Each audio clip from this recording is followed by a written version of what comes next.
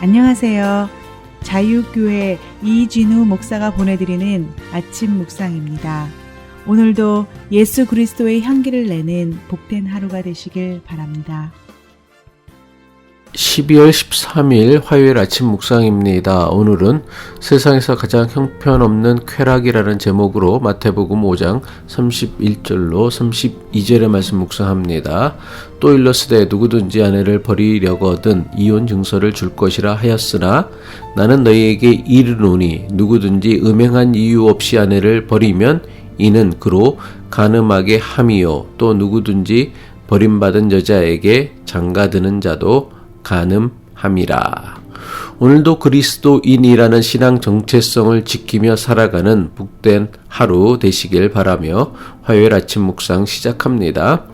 예수님 당시 종교 지도자들은 신명기 24장에 기록된 율법을 가지고 유대인 남자들에게 아내를 언제든지 버릴 수 있다고 가르쳤습니다. 신명기 24장에 기록된 율법은 아내에게 수치되는 일을 발견하고 이것을 남편이 용납할 수 없으면 아내에게 이혼 증서를 써주고 이혼할 수 있다고 했습니다. 또한 신명기 율법은 한 번 이혼한 전 아내와의 재결합을 엄격히 금지하였습니다. 신명기 24장 4절 후반부죠. 그를 내보낸 전 남편이 그를 다시 아내로 맞이하지 말지니 이 일은 여호와 앞에 가증한 것이라.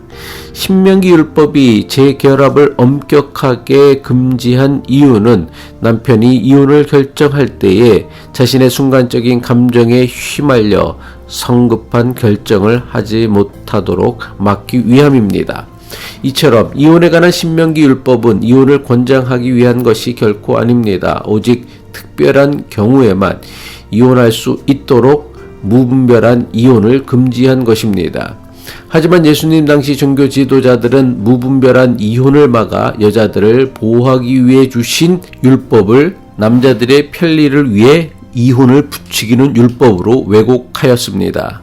그리고 완악한 남편들은 당시 종교 지도자들의 이혼에 관한 율법 해석을 따르는 것이 자신들에게 이익이 되니까 저들이 가르친 그대로 믿었습니다. 이것은 율법을 지키는 것이 아니라 오히려 율법을 이용해 자신의 죄를 합리화하는 매우 심각한 신앙의 왜곡이며 타락입니다. 당시 사회 경제적 약자인 여자를 보호하려는 율법마저 당시 기득권자였던 남자의 편의를 보장하는 수단으로 제목대로 왜곡하여 이용하는 것은 다른 종교에서도 공통으로 나타나는 현상입니다. 우리나라도 불과 100여 년 전만 해도 칠거지약이라고 해서 합법적으로 아내를 버릴 수 있는 부당하고 비인간적인 문화가 존재했습니다. 유교의 가르침이었던 칠거지약은 남자가 마음대로 아내를 내쫓을 명분을 주는 것이 아니었습니다. 유교의 칠거지약 역시 신명기의 이혼에 관한 율법처럼 아내를 정당한 이유 없이 함부로 내쫓는 것을 막기 위한 가르침이었습니다. 하지만 당시 대부분 양반 가문의 남자들은 칠거지약이라는 유교의 가르침을 자신들 멋대로 아내를 내쫓는 수단으로 이용하였던 것입니다.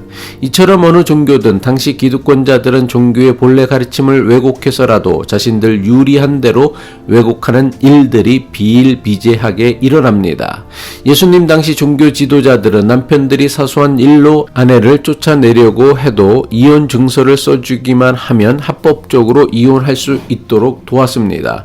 율법이 아내에게 이혼 증서를 써주라고 한 것은 사회 경제적으로 절대적 약자였던 여자를 보호하기 위한 것입니다. 이것이 이혼을 허락하였던 율법의 본래 정신입니다. 하지만 당시 율법학자들은 율법의 정신은 깡그리 무시하고 이혼 증서만 써주면 언제든지 합법적으로 이혼할 수 있다고 가르친 것입니다.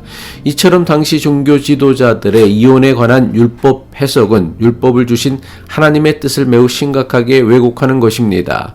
반면에 이혼에 관한 예수님의 가르침은 율법을 주신 본래의 의미와 정신을 회복하려고 하신 것입니다. 예수님은 음행한 이유 말고는 아내를 버리는 것을 심각한 죄로 가르치셨습니다. 마태복음 5장 32절이죠. 나는 너희에게 이르노니 누구든지 음행한 이유 없이 아내를 버리면 이는 그로 간음하게 함이요 또 누구든지 버림받은 여자에게 장가드는 자도 간음함이니라. 예수님은 신명기 율법이 규정한 아내에게 수치되는 일을 음행 한 가지만으로 제한하여 음행의 이유 없이 아내를 버리는 것은 여자를 간음의 죄를 짓게 만드는 악한 일이라 경고하십니다. 더 나아가 예수님은 음행한 이유 없이 아내를 버리고 다른 여자와 결혼한 남자도 간음의 죄를 짓는 것이라 말씀하십니다. 마태복음 19장 9절이죠. 내가 너희에게 말하노니 누구든지 음행한 이유 외에 아내를 버리고 다른 데 장가드는 자는 간음함이니라. 음행을 유일한 이혼의 이유라고 말씀하신 예수님의 가르침은 남편이나 아내가 간음하면 무조건 남편이나 아내를 버리라고 하신 말씀이 아닙니다. 예수님께서 음행이나 간음에 대해 엄중하게 경고하신 이유가 있습니다. 음행이나 간음의 죄는 하나님이 맺어주신 부부관계라 할지라도 그 관계를 깨트릴 수 있는 매우 심각하고 위험한 죄라는 것을 가르치신 것입니다. 음행이나 간음과 같은 성적 타락은 사람에게 대단한 만족과 쾌락을 줄 것처럼 남자나 여자를 유혹합니다. 하지만 음행과 간음이라는 성적 타락은 순간의 쾌락을 줄지는 모르지만 여기에는 참된 만족과 기쁨이 없습니다. 오히려 음행과 간음이라는 부도덕한 성적 타락은 남녀 모두에게 지독한 외로움과 수치심만 줍니다. 세상에서 부도덕한 관계를 통해 얻는 쾌락보다 더 비참하고 형편없는 쾌락과 만족은 없습니다. 그런데도 인류의 역사는 음행과 간음이라는 성적 타락이 끊임없이 반복되고 있습니다. 도대체 왜 이런 일이 끊임없이 반복되는 근본적 이유가 무엇입니까? 인간은 근본적으로 불의하고 부도덕한 일을 통해 인생의 쾌락과 만족을 추구하려는 어리석은 존재이며 죄인이기 때문입니다. 기도하겠습니다. 말씀으로 우리를 인도하시는 하나님, 우리를 옳은 길로 인도하시는 하나님 말씀마저 내 편리와 이익을 위해 제멋대로 왜곡하려는 죄에서 벗어나게 하옵소서. 순간의 쾌락과 만족을 위한 유혹에서 벗어나 하나님께서 허락하신 아름다운 관계를 통해 인생의 참된 기쁨과 만족을 누리며 살게 하옵소서. 예수 그리스도의 이름으로 기도합니다.